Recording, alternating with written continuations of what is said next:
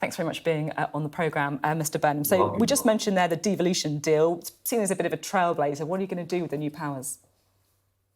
Yes, it's quite exciting, actually, Sophie. We've got the ability now to have more control over post-16 technical education, and we've long called for that because I believe it's an issue that the country has neglected. When youth education in England, it's been dominated by the university route under all parties, to be honest. So we have the chance now to fix it. So instead of just there being one clear route for young people towards university, which starts with English baccalaureate, then goes to A-levels and then UCAS and ends obviously with a degree. We want to create an equivalent route for young people who want a technical qualification or a good job in the Greater Manchester economy. So we're going to bring in the Manchester Baccalaureate. That will lead towards T-levels and other technical qualifications. We then have GMAX, which is our equivalent of UCAS, to try and help people find opportunities in the Greater Manchester economy, and then it takes people to a good apprenticeship, a degree apprenticeship, or another higher qualification. So it's really exciting, to be honest. It's just the reform that Greater Manchester needs right now. We're a really fast-growing, successful, vibrant, modern economy. You can see that in the skyline of our city centre, but there's a risk we won't bring through the talented young people that we need, and this fixes it. You're obviously pretty excited by some of those opportunities. Do you think we should give the government some credit for being serious about devolving powers outside of Westminster? Yes, and I do. You know, I very much take a place first rather than party first approach in my role as Mayor of Greater Manchester. And I try to call it as it is. I'm conscious that when I was elected in 2017 and then again in 2021, people of all political persuasions lent me their support. So it's important that I am a voice that represents all of that opinion and puts our place first. And the government does deserve credit for delivering a devolution agreement that takes Greater Manchester to the next level. So it's not just more power over technical education. We're going to be able to do something about housing standards, particularly in the private rented sector, by bringing in a Greater Manchester Good Landlord Charter.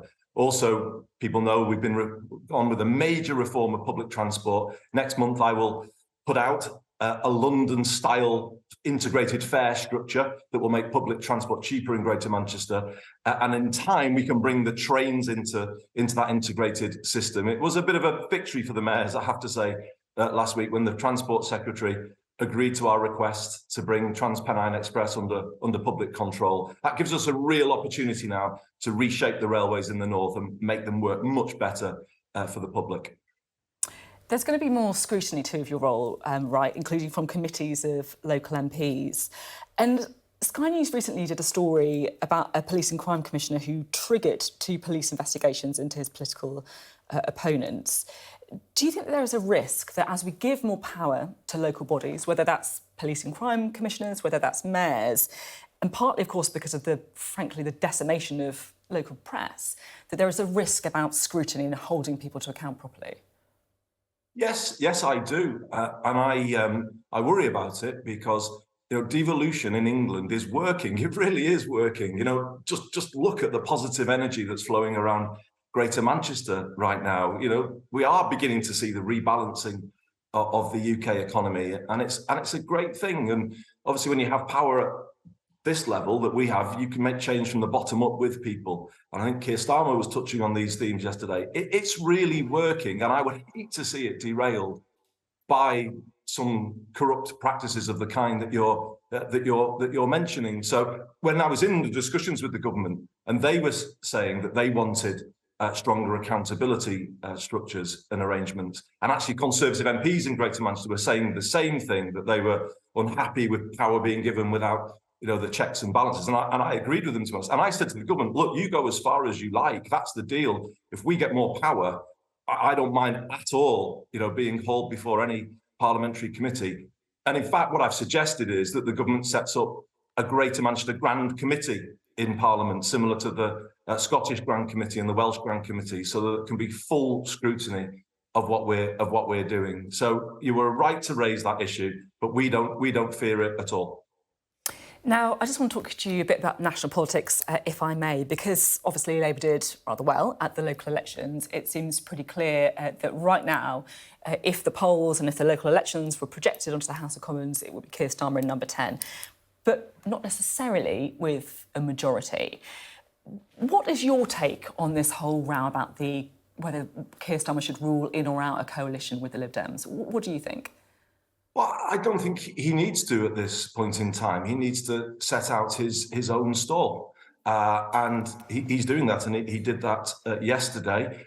I read the speech. I don't think the headlines did justice to it, because it was quite a considered speech. And I think increasingly now he's got that opportunity to lay out a programme that will deliver a good working majority for him and a Labour government. The local elections told us very clearly that the public is ready for change.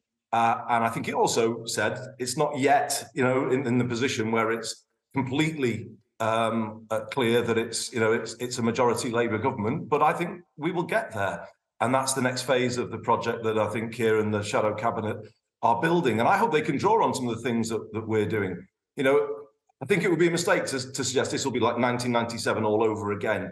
We need to come up with a programme that's right for the times that we're in. I was really proud, obviously, to be in that government and all the great things that we did. But looking back, I would say we did neglect some issues. So we did focus too much on the university route, as I was saying before, and we should have done much more on technical education. When it comes to the NHS, it shouldn't always just be about targets and recruiting more doctors and nurses.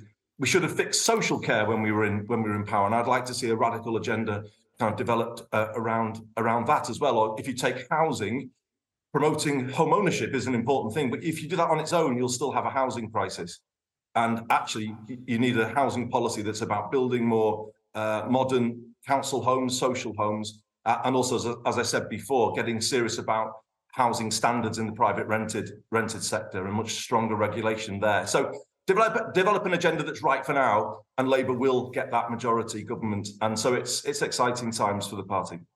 If they fall short of the majority, then one of the things the Lib Dems could be demanding is proportional representation, a change to the voting system. Do you think that should be a red line for Labour, or do you think it's something that perhaps Labour should also embrace? No, I do. I've come round to it. I'll be honest, I wasn't always in this position.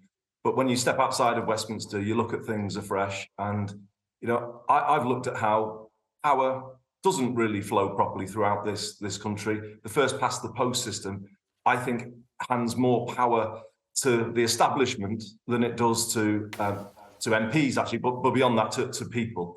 And I think PR would put the people much more in control. Every vote would matter. And so I've come round. I've got the zeal of the convert. I personally believe if you're going to really make this country work properly for all people and all places, it's a combination of proportional representation for the Commons, a Senate of the nations and regions to replace the unelected Lords, because how can it be right in this day and age that all places aren't represented equally in our national parliament?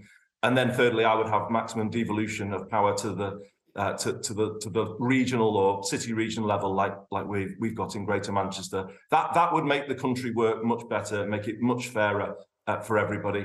And I would like to see that agenda not be taken off the table, let's say. OK, thanks very much. Pretty clear. Always good to talk to you. Thanks for Thank you, Sophie. Thank you very much.